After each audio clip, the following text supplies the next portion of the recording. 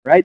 So ngayon guys, may bago tayong mainit-init na balita tungkol dito kay Senator Marcoleta. Kasi dito ay tahasang nagsinungaling siya di umano dito sa kanyang mga pahayag tungkol nga dun sa Cagayan Island, no? Ito kasing si Senator Marcoleta ay una niyang sinabi yung pahayag na i-give up na lamang yung pinag-aawayan, no? I-give up na lamang ang Cagayan dahil ito kasi ang tingin ng ilan at ni Marcoleta na dapat gawin. Tapos, eto na. Bigla siyang kumambyo. Magtataka kayo, nakunan ng record na video itong kanyang mga pahayag. Sabay bigla niyang binawi o itinanggi na hindi daw niya i-give up itong Cagayan. So ano ba talaga ang paniniwalaan namin dito, Senator, no? Ang daming bash ang ginawa dito kay Senator Marcoleta dahil wala daw siyang isang salita. Sinungaling daw siya. 'Di ba? So ito, panoodin natin yung bagong balita dito. Dito, mapapansin niyo guys, no, na talagang nagsinungaling ito si Senator Marcoleta. At dito ay talagang ang daming nadismaya na mga DDS supporter, mga tagahanga ni Senator Marcoleta dahil dito sa kanyang ginawa dito sa kanilang sesyon, no. Ito, panoodin natin yung video. Lusot na sa Senado ang resolusyong nagkukondena sa mga pahayag ng Chinese Embassy laban sa ilang mga opisyal at institusyon ng Pilipinas. Pero bago yan, nagkainit pa dyan sina Senator Alan Peter Cayetano at si Kiko Pangilinan. Hinamo naman ang friendly debate ni Senador Rodante Marcoleta si PCG spokesperson Jay Tariela tungkol sa Cagayan Islands. Nasa frontline ng balitang yan si Camille Samonte. Pero di ba kinasuhan siya ng usurpation? Isuko na lang daw ang Kalayaan Island Group. Galing yan mismo sa bibig ni Senator Rodante Marcoleta noong Miyerkules sa pagdinig ng Commission on Appointments. Ano ba talaga ipagpapatayan natin dito? We will offer our lives, including the lives of our children, and to die for it, for something that is not even within our EEZ. Ang gawin natin po para madali, i-give up natin yung KIG. So ayan, kita nyo guys, i-give up. Mismong sa bibig mismo ni Senator Marcoleta nang galing yan, i-give up.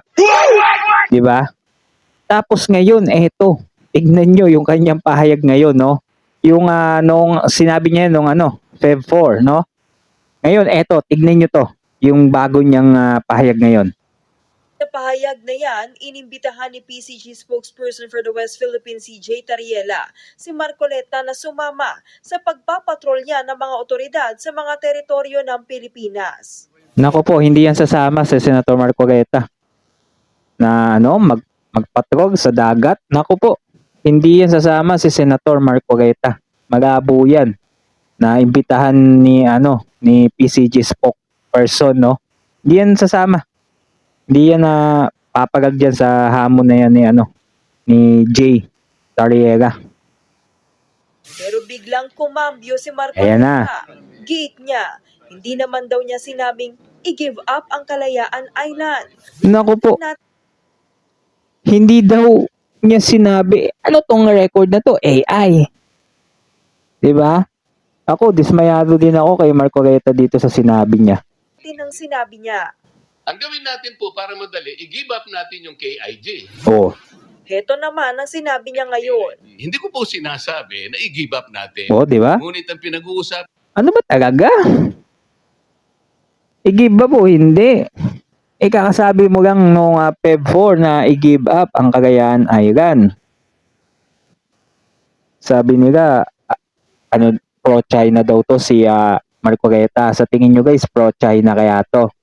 usapan lang po, yung tubig nila, hindi natin pwedeng i-connect doon sa ating exclusive economic zone. Tubig. Bago yan, una nang iginiit ni Marcoleta na nasabi lang daw niyang i-give up ang Kalayaan dahil nagkakaproblema roon.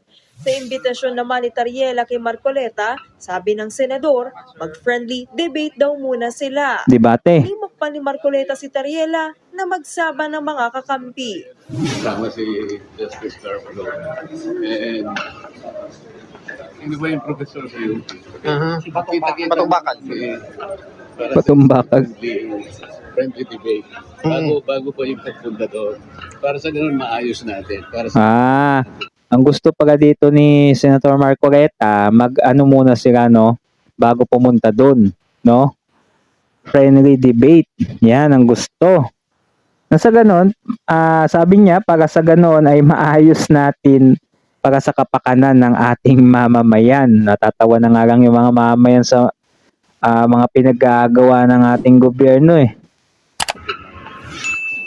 Kakasa naman daw dyan si Tariela, pero hindi na raw dapat pagdebatehan ang karapatan ng Pilipinas sa West Philippine Sea. Mhm. Ang Malacanang naman nananatili namang matibay ang posisyon sa Kalayaan Island at sa iba pang teritoryong ating ipinaglalaban. Wala pong anumang bahagi ng teritoryo natin o anumang interes ang iso-surrender sa anumang foreign power.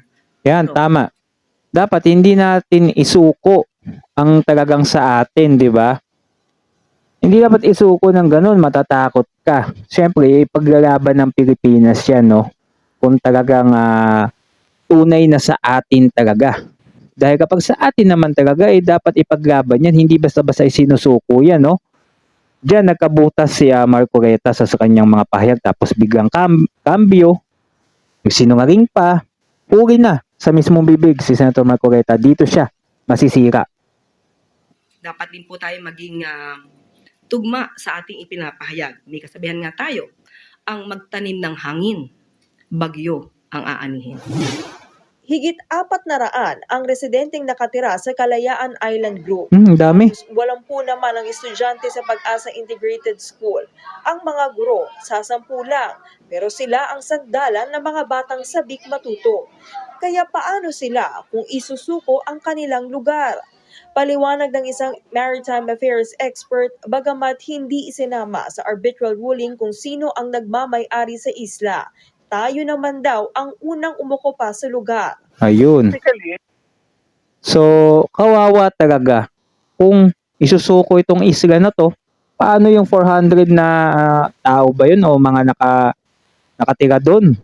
'Di ba? Kawawa yung mga yun kung isusuko, 'di ba? Talaga dapat ipaglaban 'yan. At eto pa no, yung hamon nga ni Tariela dito kay Marcoleta na sumama malabo nang sumama yan. Gawin nila muna yung friendly debate na gusto ni Marcoleta kung gustong pagaganyan ni Tariela, go siya, 'di ba? Gawin niya. Nasa ganun ay pumayag to si Marcoleta na sumama sa kanya doon sa pagpapatrol, no? So comment down below kayo guys, kayo ba, pabor ba kayo na isuko itong Cagayan Island? Comment down below sa video natin. Huwag niyo din kalimutan mag-subscribe, no? Nang lagi kayong updated sa ating mga video, no? At sa ating mga susunod pa na mga video updates, no? So yun lang, thanks for watching. Have a nice day.